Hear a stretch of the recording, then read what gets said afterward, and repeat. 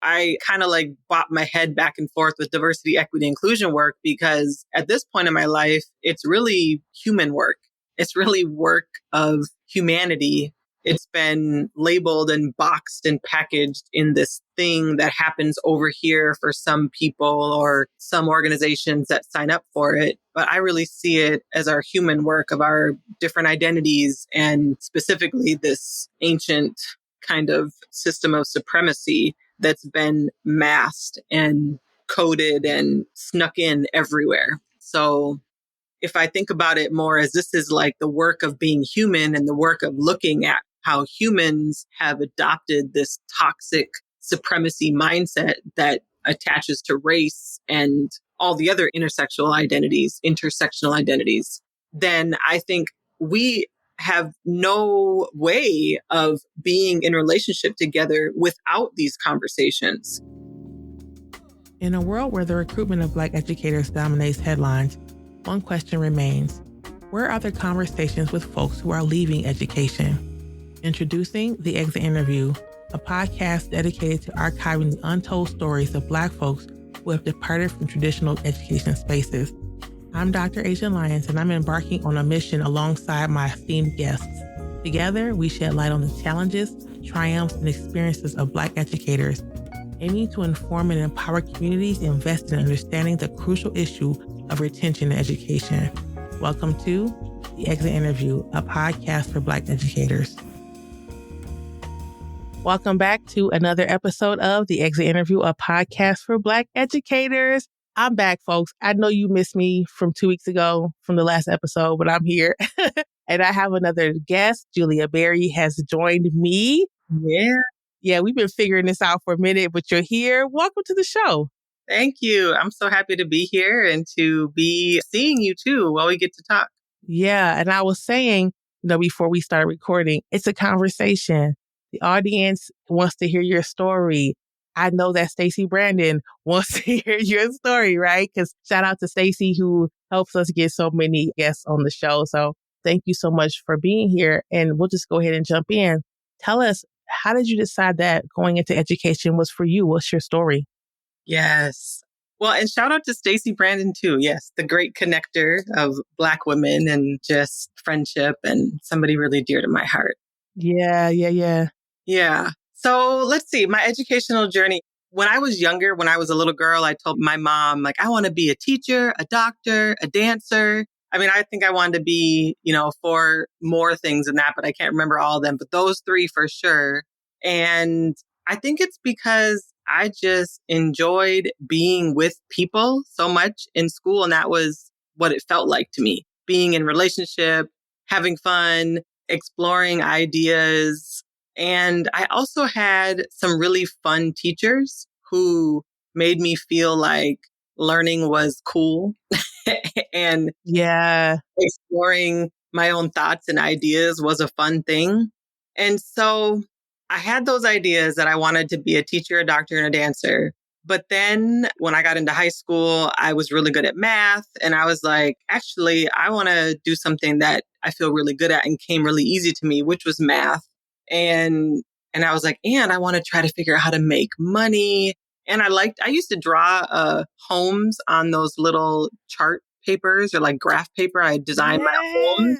Yes. So I thought, well, let me just put them together. I'm going to be an engineer of some sort. And so I went to school and I went to, at the time, what was my dream school to be on the East Coast. So I'm from the Midwest and I knew I wanted to be around more Black people, more brown people. And there's a good amount in Minneapolis, but I still felt like there was something about the East Coast and being a fan of Diggable Planets and the Tribe Called Quest too, that I was like, I'm going to the East Coast as soon as I can. So I looked at a couple of colleges out there and ended up going to the University of Maryland as an engineer major and went out there, and it kind of stopped me in my tracks, actually. I was like, okay, I learned that a lot of the engineering work was going to be at a computer. And I was like, okay, that's not the conversation. That's not the being with people and the sharing ideas that I had envisioned. At least that's what it seemed like.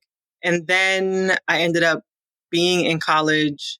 So going to College Park, Maryland, where the University of Maryland was, but living in Silver Spring, Maryland. So I had to bus and commute in. So I didn't get very tied in. Okay. And I really did not like my first year of college in engineering.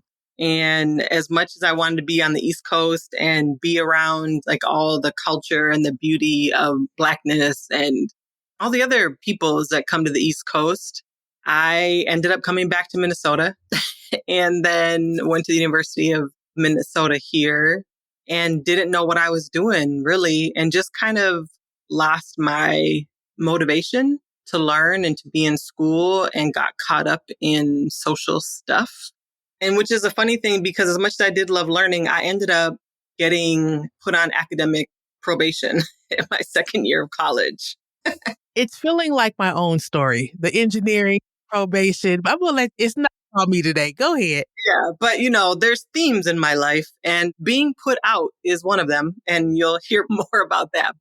And really it was, I didn't finish one test and I didn't finish one final project and then I didn't follow through and I could have made it up. But anyway, I've got to put on academic probation. And I was like, I'm going to take a break from this.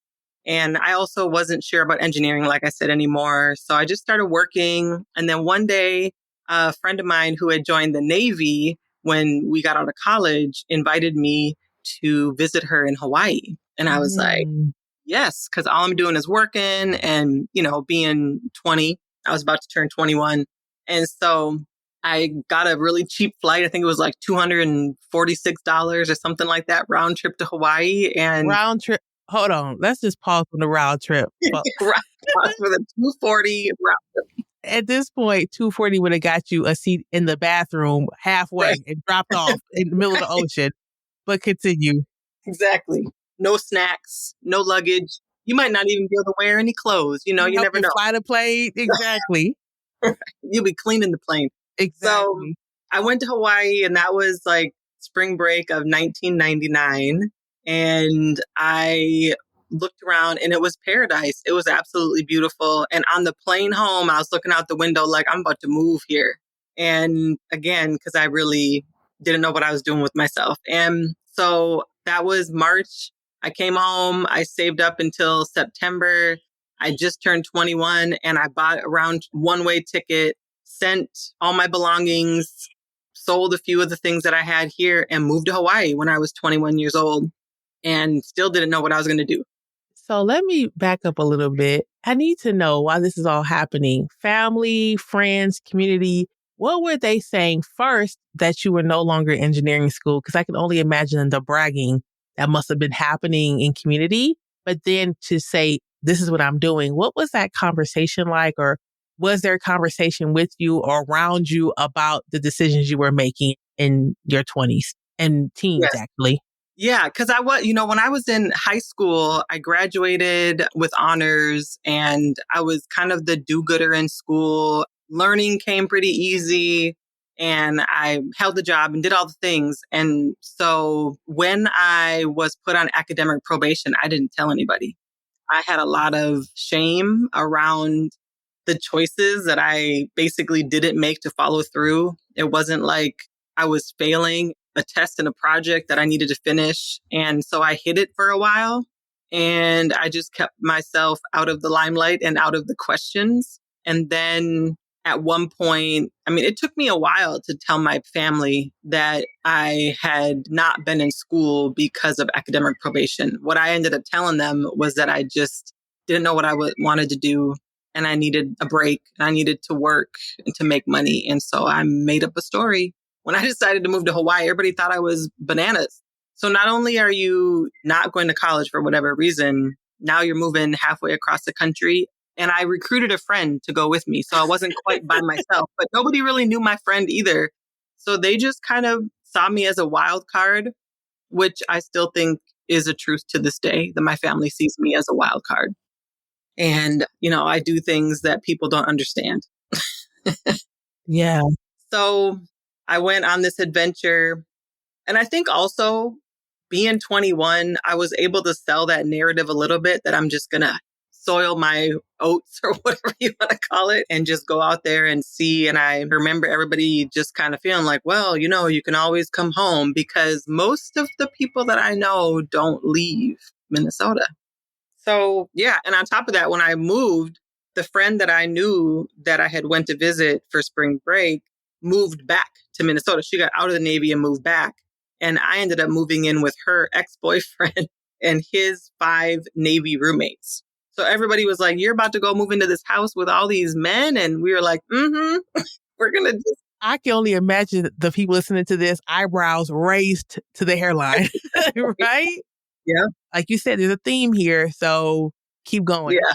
So moved to Hawaii, got a temp job working at Tommy Hilfiger outlet. And this was before Tommy Hilfiger was like a jerk to Black folks. This was before everybody was like, I'm never wearing Tommy again. But anyway, did that and did some temp work at a law office that I ended up staying at for the rest of the time that I was there, and then got back into school. And also, because I was living in that house with those 6 Navy guys, it was kind of like a frat house, to be honest. There was lots of things that frat houses do happening, and it became a little bit overwhelming for me. And so I used to just kind of cruise around the streets of Honolulu on my own instead of going back home. And while I was doing that, I met this woman, and her name is Trina, and she shared her faith with me, which basically she recruited me to come to a church. And very quickly, I got baptized in the name of Jesus Christ in the ocean, in the Pacific Ocean, and moved out of that house and moved in with a bunch of women, studied the Bible. And what that led me to was working in their youth ministry.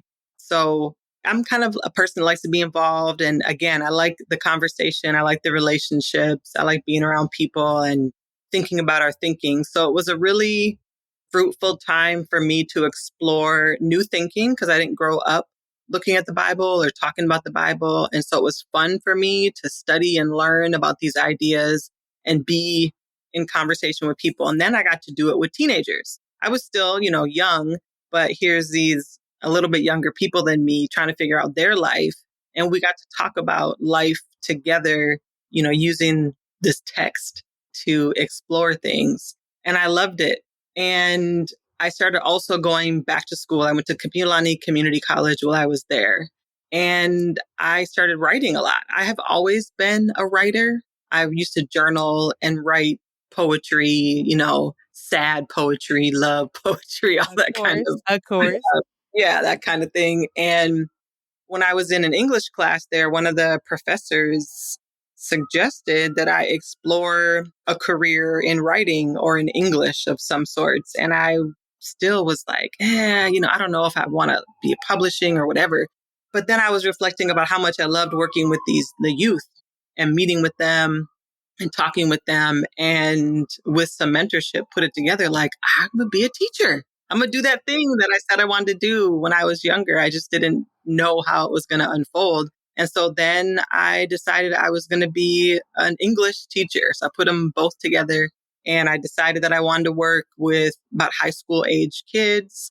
And that's what I decided to pursue. And then a little hiccup, maybe it's not a hiccup. It was all meant to be. But while I was there, I also became a mother. And I'll spare you all the details of that story because that's probably not the educational exit interview conversation. But some other time. We have time. Yeah, some other time. Yeah. But it did lead me to exiting Hawaii and coming back to Minnesota. And I really knew that I wanted to be a teacher, and I knew that I needed to finish my bachelor's degree. And so I came back here and went to college, finished my degree. And so I knew also, because I grew up in North Minneapolis, which is a very urban, culturally diverse place. And many people know of Minneapolis more so now because of the lynching or the murder of George Floyd. But there's a lot of Black people and there's a lot of brown people. And that was who I grew up with. And when I went into teaching, I knew that that was the youth that I wanted to work with. I wanted to work with youth that looked like me, that had been in urban situations. And I really knew that I wanted to be a voice and a conduit for them to see themselves and to know that they belong in the classroom, that they have all the genius and the intelligence that they need. It's just a matter of, pulling back the layers. So when I got my teaching degree, I started applying to Minneapolis public schools and St. Paul public schools, which is our twin city. And, public education is a little bit slow in their processes. So I had graduated and was looking to start working in August, and I wasn't getting any calls back and was getting a little nervous. And being a single parent at that time, I was like, I need to figure out how I'm going to secure some employment. And so Yeah. I started branching my applications out, and I applied to many surrounding suburbs and stumbled upon this district called Intermediate District 287, which I had never heard of, even though I grew up here.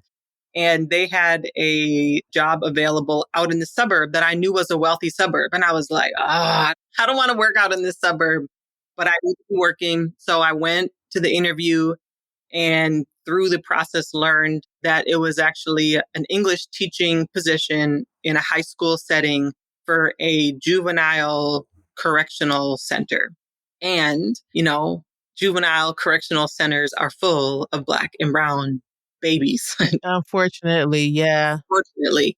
So it was all of the people from my neighborhood. I actually taught kids there and worked with kids there that were, cousins of somebody or somebody's kid that I knew. So I ended up teaching for my first job out of college at this school called the County Homeschool. And it was a small setting because, like I said, there were kids who had received adult charges but were serving in a juvenile facility. There was also a sex offender program, but they'd be there anywhere from 6 months to 2 years, depending. And so it was small setting. We had juvenile correctional officers on site, sometimes in the classroom if needed. But what I knew was still that I wanted to be the person in the classroom that let them know they belonged. They belonged as learners. They had all the genius that they needed, and that the experiences that they were coming from because of their own community and family and life position didn't mean that they couldn't choose what they wanted to choose to create for their future. And so I really loved it. And I was a teacher who wanted my students to let them know I love them. But it was also this setting where the correctional side of it was like, they can't know your first name. They can't know where you live. They can't know too much personal information. Don't let them too close. Keep your distance. And there were some times where there were some sketchy things that would happen, but I would say because of how I centered love and relationship and how I was working with them, they were oftentimes protectors of me. So there, I had a couple times when there'd be like a fight in the classroom or something like that, but they were always like, "Oh, Miss Barry, you all right? Miss Barry, you good?" Yeah. It was very rarely that they were targeting me. So anyway, but yeah, so I ended up being in this place where I didn't think I ever would be and didn't imagine I would ever be, but I really enjoyed where I was. And because of how I wanted to be with the youth, I stirred things up a little bit because I didn't want to be a teacher, maybe like the correctional setting wanted me to be. I wanted to be relational. I created a lot of the curriculum around what the students needed. We did a lot with hip hop and R&B and color theory and, mindfulness, and a lot of just getting to know who they were so they could excel and see themselves in the curriculum. And, and the way that I got kind of deemed the boat rocker. I remember several of my colleagues saying, "Barry, I always rocking the boat." And I'm like, I'm not trying to rock the boat. I'm just being myself and saying the things that I feel like need to be said. And that is another pattern that I've noticed about myself, that I see something and I say something. And I didn't always do it well. I didn't always do it with care. I didn't always do it with couth, I guess. I've gotten better at it now in my older age, but rocking the boat caused some friction between me and leadership. And at one point in time, there was new leadership that had come in, and all of a sudden my job was going to be cut. So I needed to have had a reading teaching license in order to stay. And the other English teacher had that. So they cut me and allowed this other person to stay. And I moved to a care and treatment setting where I taught some more. But that, like, kind of some of that friction with leadership, because of me seeing things and saying things and surfacing things in the spaces, just, I think, amplified more as I got more experience in teaching. And as I started to see that a lot of what was causing issues in the classroom was the way that adults were viewing and perceiving and treating the youth.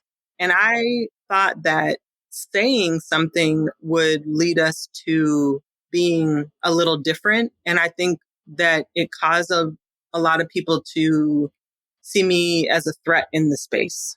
It's interesting that you say that because I feel like that's a theme that runs across a lot of the exit interviews that I have with folks is that they are outspoken or they've become outspoken or they were told to speak up and now they're doing the thing. And it's like, just joking. We meant to the students, not to us, right? I wanted to ask, while you were in your first setting teaching, did you find yourself or how did you find yourself shifting and changing perhaps, and maybe not, but in the ways that your mindset as an educator, as a human being, did you feel yourself transforming in these ways because of the experience working with the students? Definitely.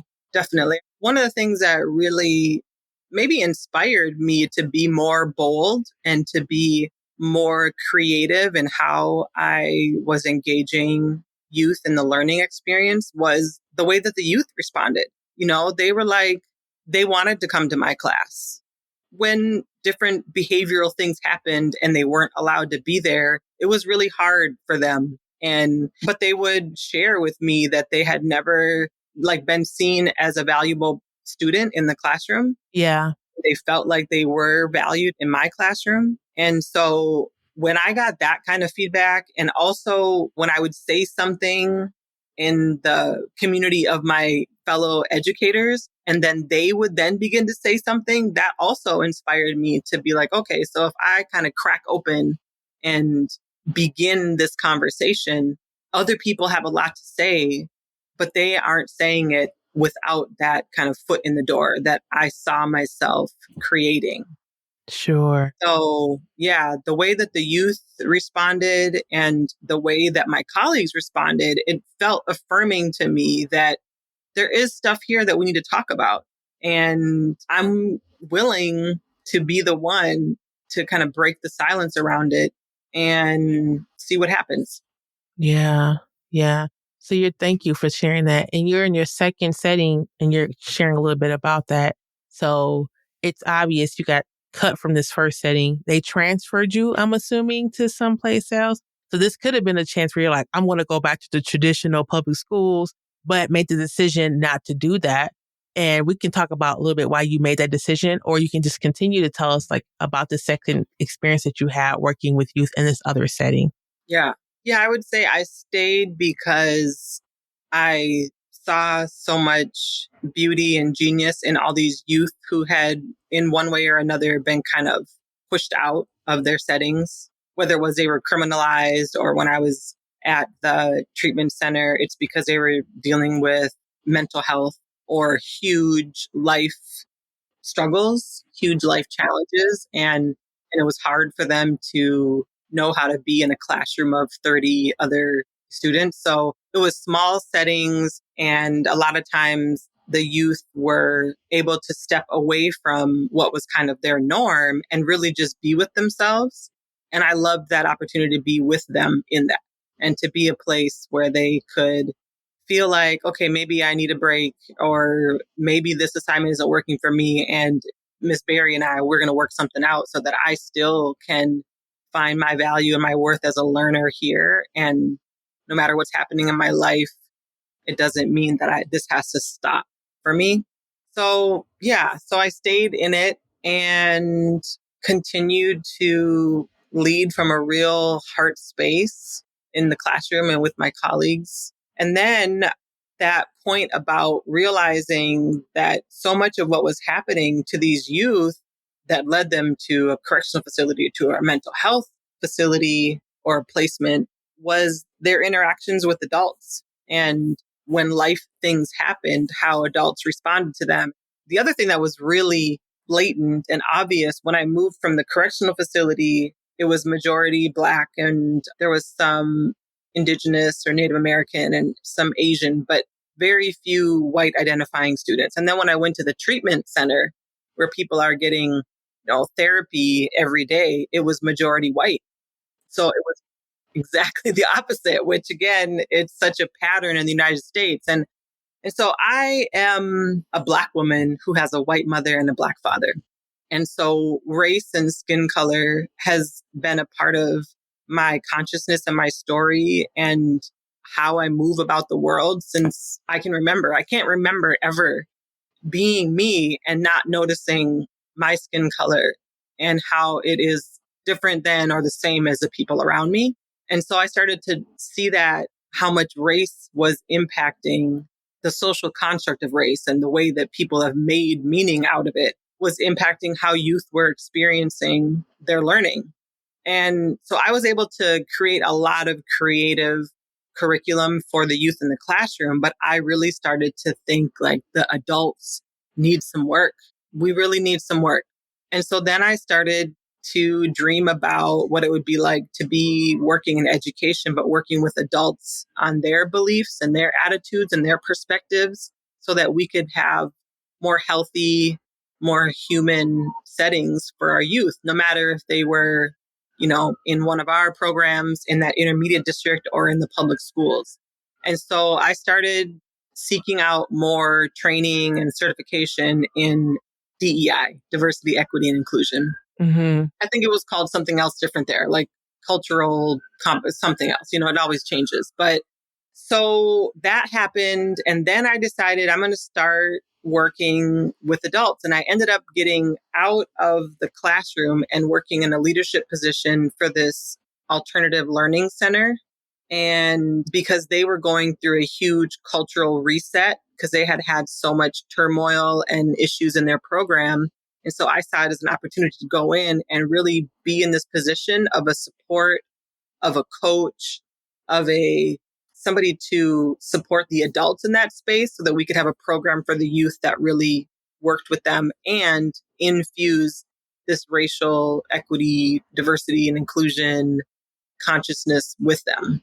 So I shifted into that. And then I left that ALC leadership position and went into a district-wide equity teacher position where I was working with adults all across the district in kind of like equity team type of setup where I would work with them on curriculum, on consciousness development, on knowing themselves, on understanding their own culture and their own racialized experience.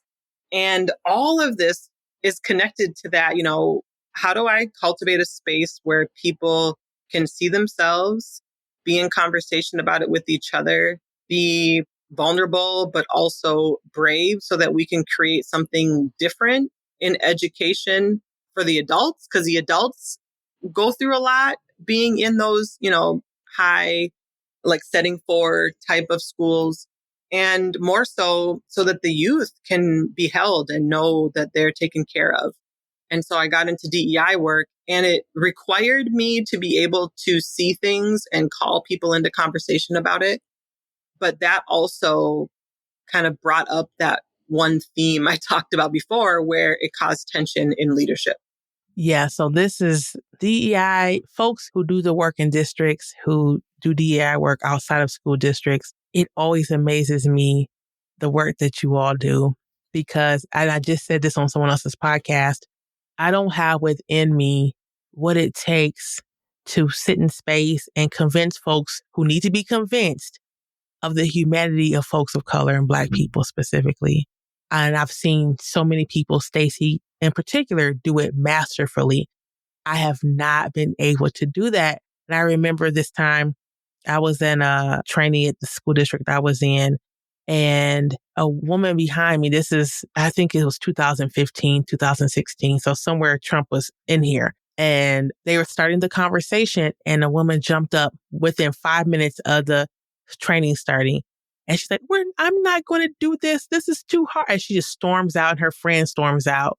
And I believe Stacey was in front and some other folks. And I was thinking, there's no way that you can just sit here. I could have just sat there and just calmly kind of kept the conversation going. Another woman named Tanisha was there. And I was thinking, I am just not that type of level-headed individual that can do that. And so I'm always in admiration when people have taken that on to say, this is something that's important and I'm going to be the one that's going to be a part of that movement. I just wanted to say that. Hats off for you for doing that work. And so I want to ask you a question of during that time, how or what did self-care and community care look like for you when you were doing that work in those districts or in those departments? Yeah.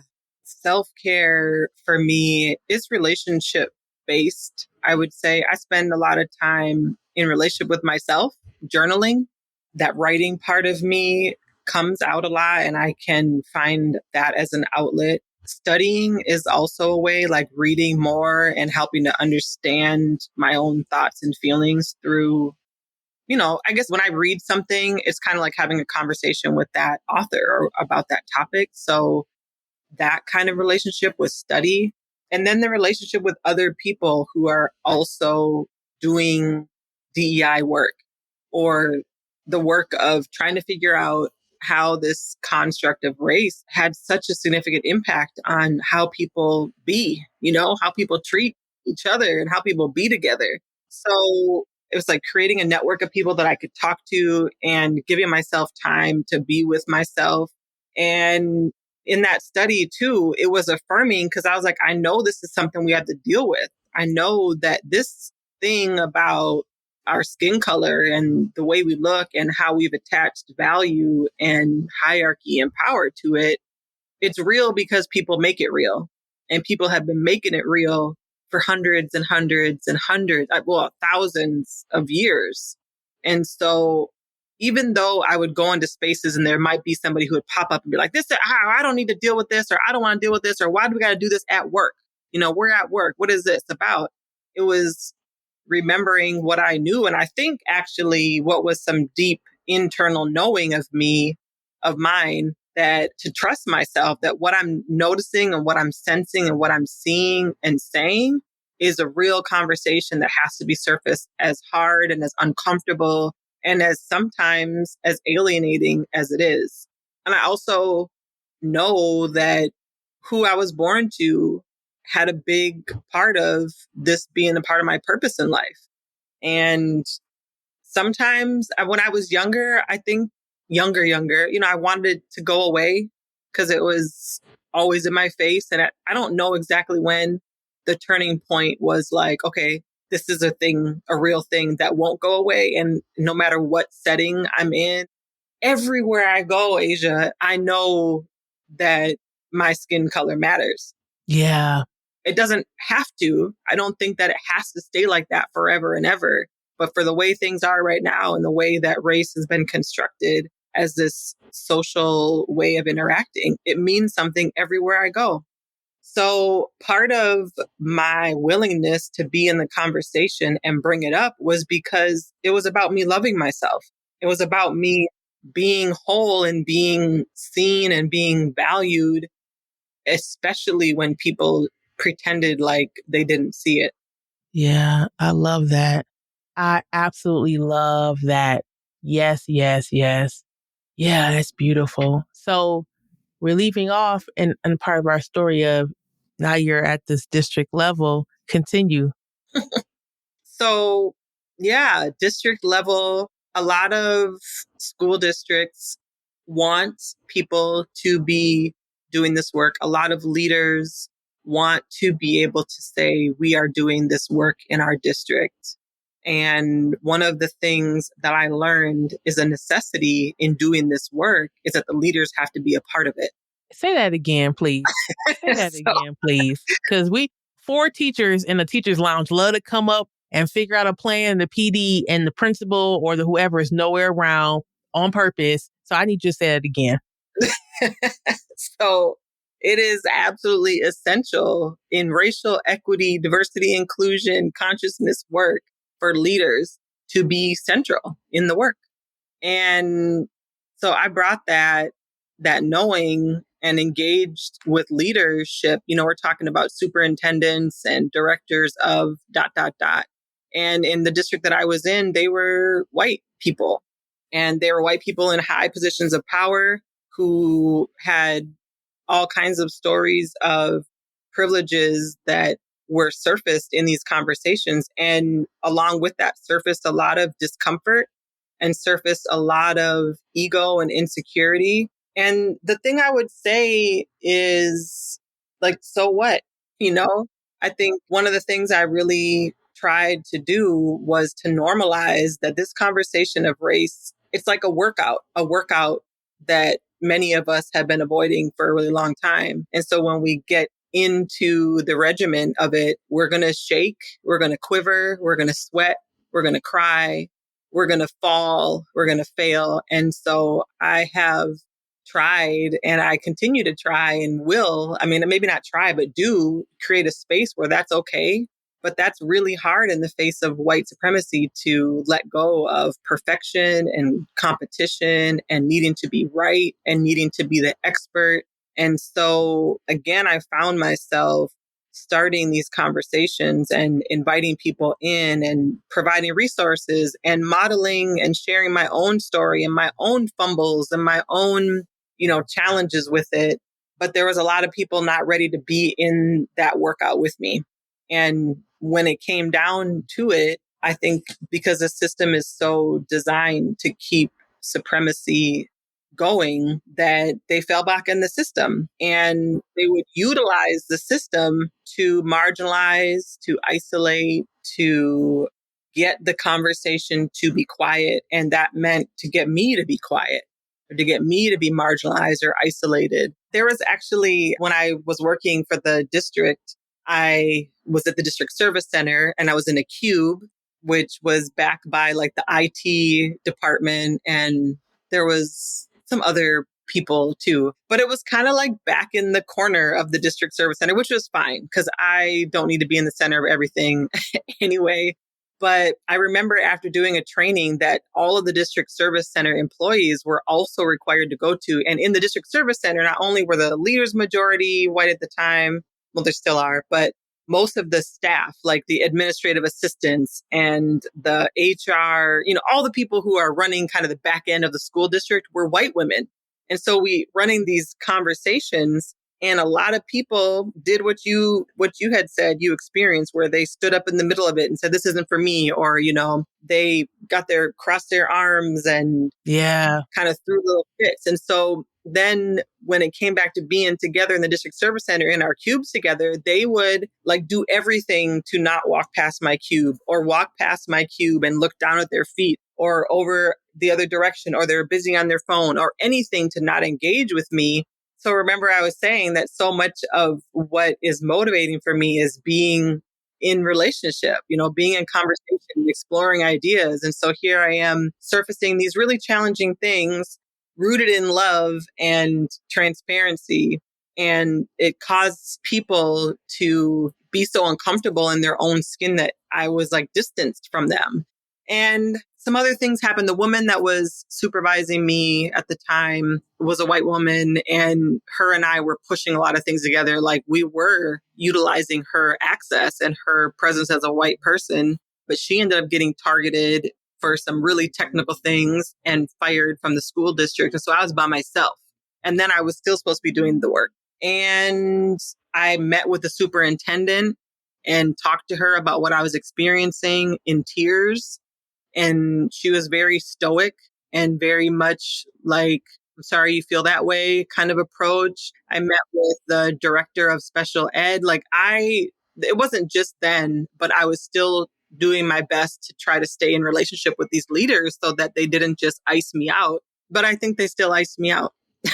That's what it felt like. It still felt very much like, you are saying too much and doing too much. And we actually want to maintain the status quo here. And you're asking for too much. And is this really necessary? So when I got another opportunity at a different school district, because of being in that district service center and being isolated and sitting outside in my car, sometimes crying and trying to like meditate and calling people to boost myself up just to get inside that building, I was like, I don't need to do this, actually. Like, I don't need to do this. I don't need to lose myself in order to be here anymore. So another opportunity came in a different school district, and it was a similar role, but a different title because they weren't quite ready to say equity, diversity, and inclusion. And so I moved there.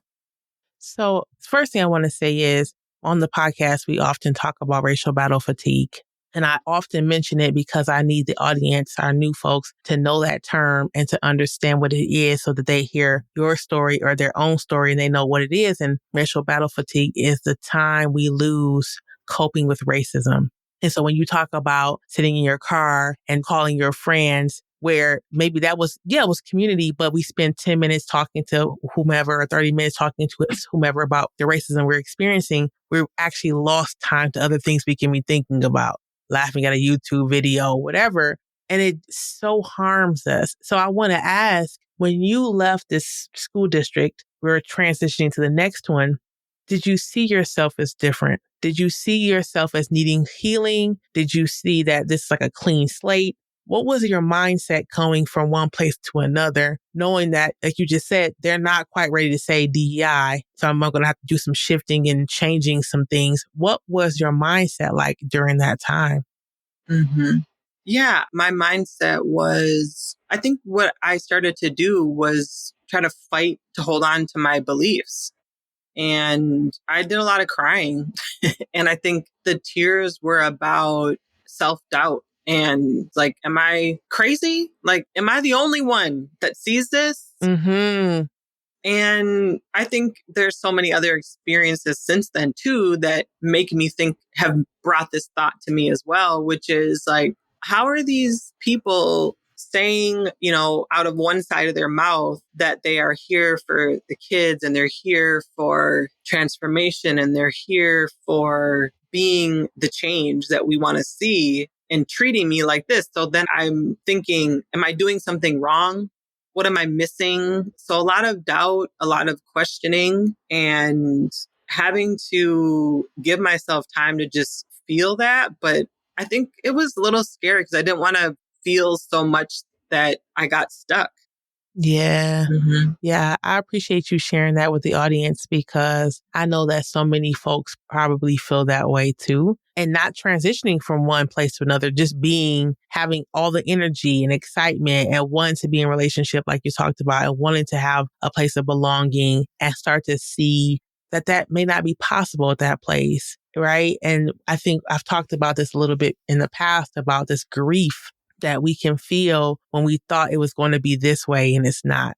And then what does it mean to have all those people pass your cubicle and to say, like, that's not my friend. I thought that was my friend. I thought we had a relationship. And to just basically see all these relationships and this future literally die in front of you, right? Of like, this is not what it is and it will never be this way. And this whole time I thought it, but perhaps they always knew I would never quite get what I wanted or I would never be able to make the change. And so, yeah, I just wanted to ask that question because I just can't imagine what that was like to do all the circles and the doubting, knowing that you've read the books, that you've been in a relationship, that you know what you know, and still come up to this place of like, why is it not working? So thank you for sharing that. Yeah, no, I think that word grief is a big part of the process of being in diversity, equity, and inclusion work in education, which, I kind of like bop my head back and forth with diversity, equity, inclusion work, because at this point in my life, it's really human work. It's really work of humanity. It's been labeled and boxed and packaged in this thing that happens over here for some people or some organizations that sign up for it. But I really see it as our human work of our different identities, and specifically this ancient kind of system of supremacy that's been masked and coded and snuck in everywhere. So if I think about it more as this is like the work of being human and the work of looking at how humans have adopted this toxic supremacy mindset that attaches to race and all the other intersectional identities, then I think we have no way of being in relationship together without these conversations. no possible way. And I don't want to pretend that we can be in conversation without it. I don't want to lie. I don't want to avoid it. And the grief was people really want to avoid this. They want to pretend that we don't have to be in this conversation. And they will use their power and positionality and privilege to keep it as silent and distant as possible. And it still is something I'm maybe grieving, figuring out how to release expectation around other people, but still live in my own accountability to what I know. And that oftentimes means I lose relationship. And so, I went to the other school district. I was there for a year, and then I got this opportunity to be a part of a national, I think they might identify as a global racial consciousness development organization, where I met the beautiful and loving, well, actually, I didn't meet her there as an employee. I met her through there in a program before, Stacey Brandon Taylor. But I met her through this organization that specifically did work around racial equity. And I was so excited to be a part of that work, because the other thing that I started to recognize in regards to the whole relationship thing is that when I am inside of a group of people, AKA an organization, bringing up these truths, and although truths are always changing, just bringing up whatever truths are present at the time challenges relationship. And when I'm in that space, in that group, and somebody has power and positionality over me because we're in a hierarchical organization, it makes those conversations almost impossible sometimes to have. And so I was just geeked about the idea of being in this organization that was going to allow me to partner. So come from the outside and move to the, working with people in other organizations about their consciousness and how the social construct of race had impacted their work and their educational settings, but not have anybody in that organization have the power or the positionality to belittle me or to isolate me or to marginalize me or do any of those things, because I was coming from the outside. And so I was really excited and loved the work that I was doing still. All of this, again, is so much about learning. And I would say I'm a nerd for sure. And I love to learn, and still an educator, always an educator, forever a teacher student. So this just put me in a different way to engage in learning with people, very specifically around racial consciousness. And I also learned about how much, again, because it's about being human and about exploring ourselves as human, that it had to come from me. Like I had to be doing my own work all the time, every day, so that I could call other people into that workout, right? I had to be doing the workout. I had to be sweating and crying and trembling and lifting new things and gaining new muscles so that I could engage people in that work too. And I believed that the group that I was with was a great place for me to do that, and that we needed to do that together.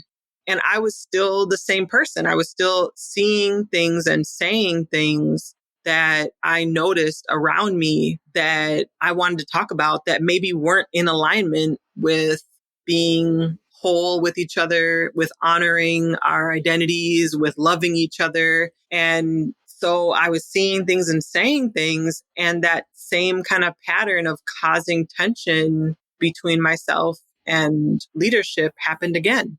I'm glad we're having this conversation, because I know so many folks who are in education, who are teachers, who are paras, family liaisons, school psych, so on and so forth, who feel like the next step for them is to maybe do like you did at first, like this DEI at the department at the district level, and then maybe a national org, as if that's the key. Like once I get to there, specifically national orgs or international orgs, that then I'll be with the people and they'll get me, and we'll be having DEI conversations, and it'll be beautiful. And I've heard several times that's not the case. That once again, we experience this like second level of grief of I thought and you said, the other group never really said it kind of, but this group said we are about, and then I get here and you hire me for my boldness and you hire me for all the things and you love that about me as long as it's pointed in a different direction from leadership.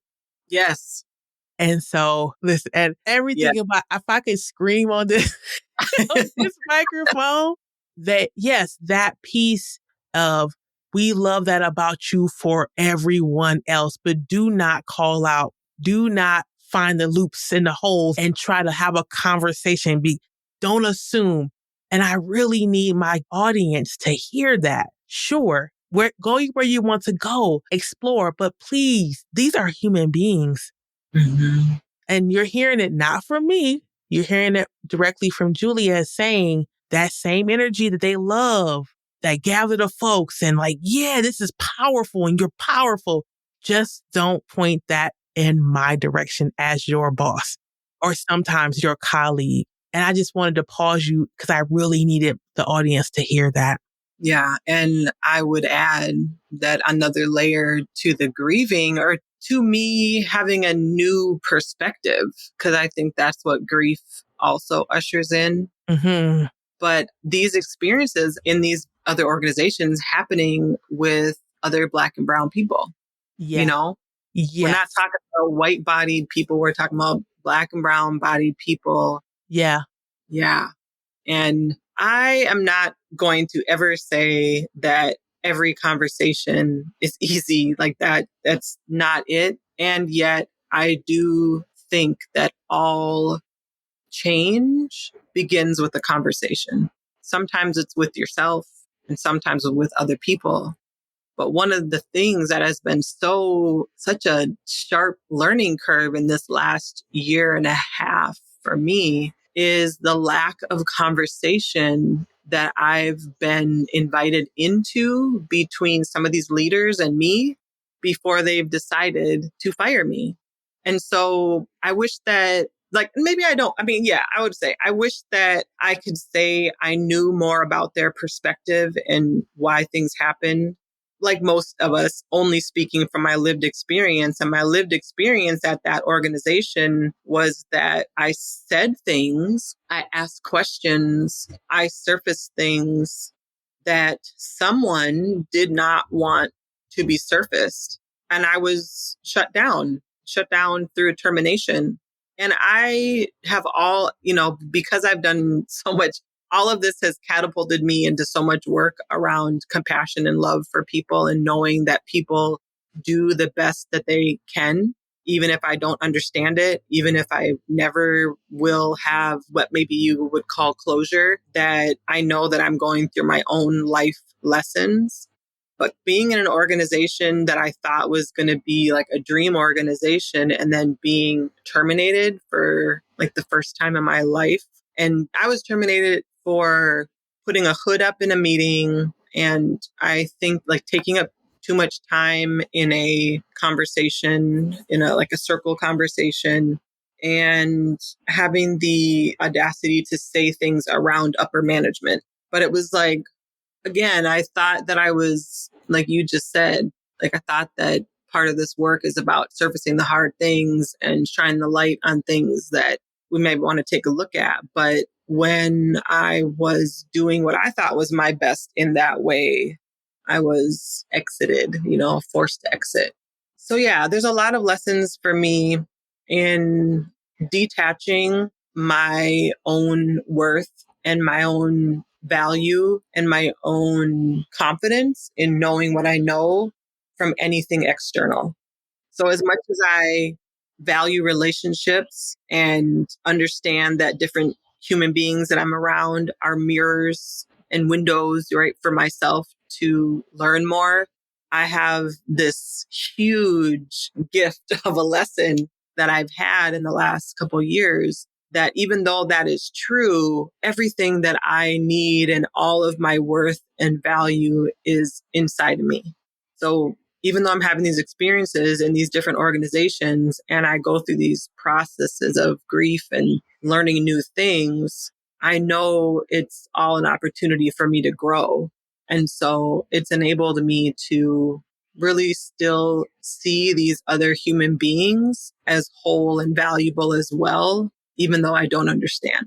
Yeah. And I'm sure you've kind of wrapped this idea up in, a couple minutes, but I'm sure the journey to wrap it up has been a journey. That being said, you're not working there anymore. What are you doing now? Well, after that, I went and worked for a state government organization, the same kind of thing, like this is going to be good. But I also, along the way, decided I want to start really thinking about how I can develop a business where I can do this work from the outside and partner with organizations.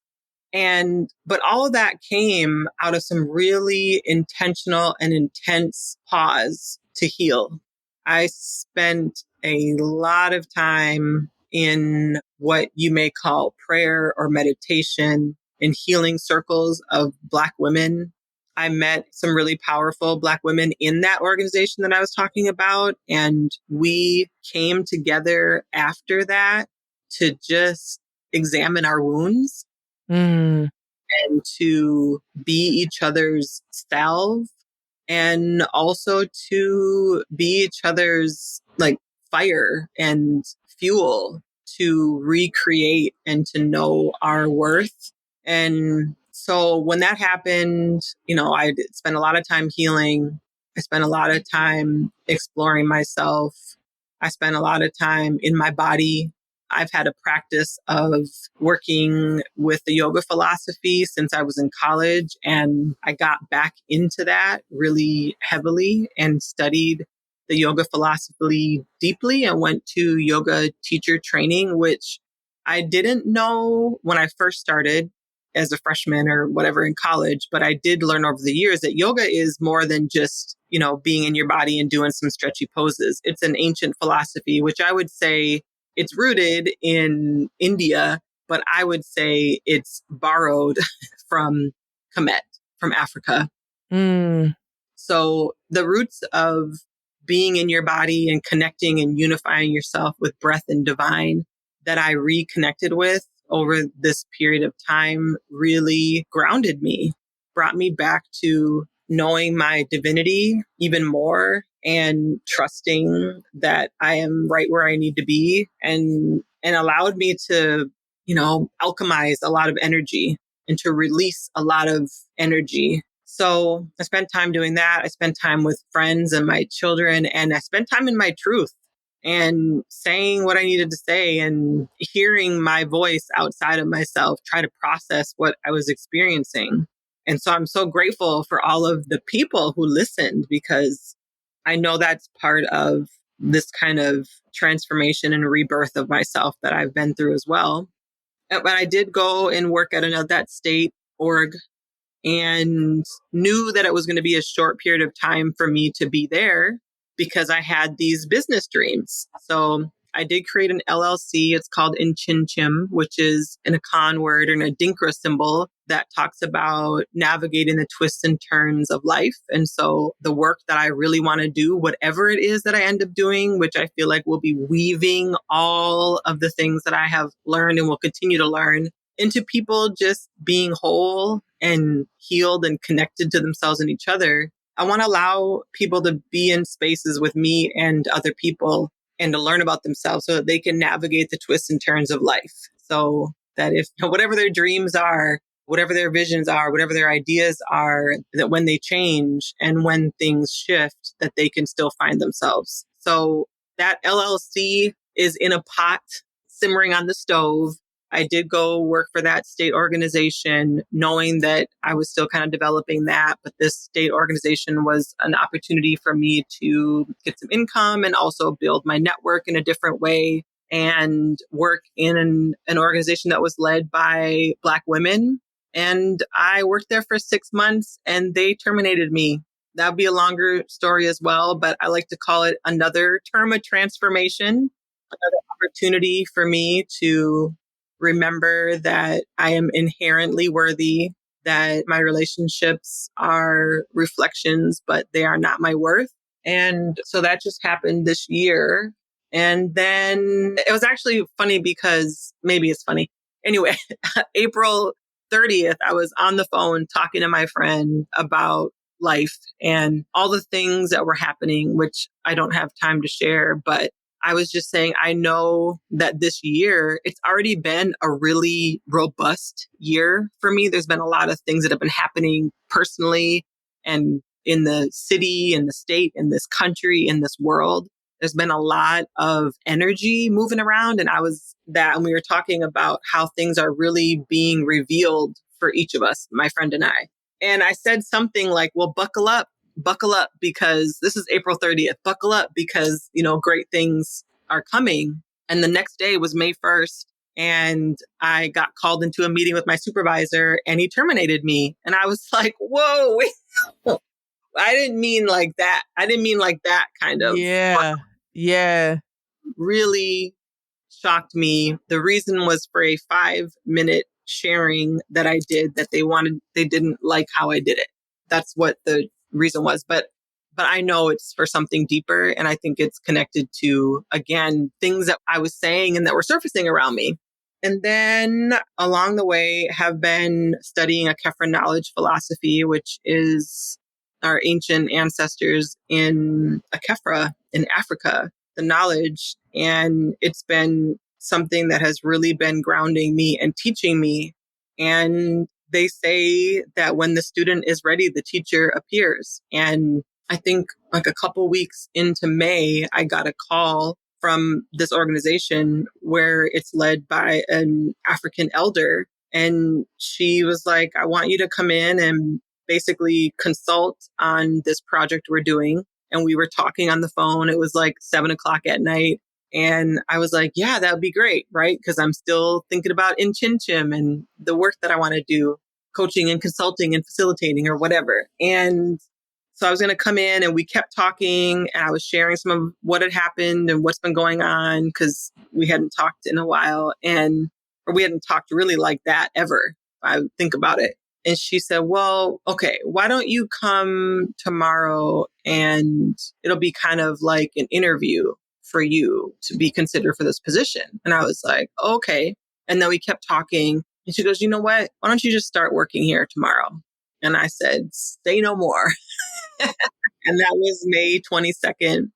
And that's where I am now. I'm at this community-based, a Kefren-rooted organization that really engages community in exploring a new system of thought that's based in a Kefren knowledge philosophy, but is really focused on wellness and every individual's inherent power to heal themselves when we know ourselves and when we study ourselves and when we're in community with people who are doing the same thing. And so it is so aligned with my heart and my spirit. And I have no idea what is going to come because I've done so much work on releasing attachment to outcomes. But I know that it feels right. I know that I get to be myself and I get to have the conversations that really feed my soul, which is rooted in love and healing and our ancestors' ancient knowing that's connected to the cosmos and the divine.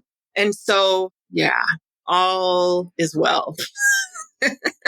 And when it's not well, I have developed so many tools to create wellness for myself. Last question. Last question. And I know the audience is like, wait, you're not going in order. It's fine. Today is a different day, beautiful day. Last question is, what's been bringing you joy these days? So many things, Asia. It's the circles of human beings that I have been a part of cultivating over the last couple of years that I get to talk with and be in conversation with that push me to be in conversation with myself.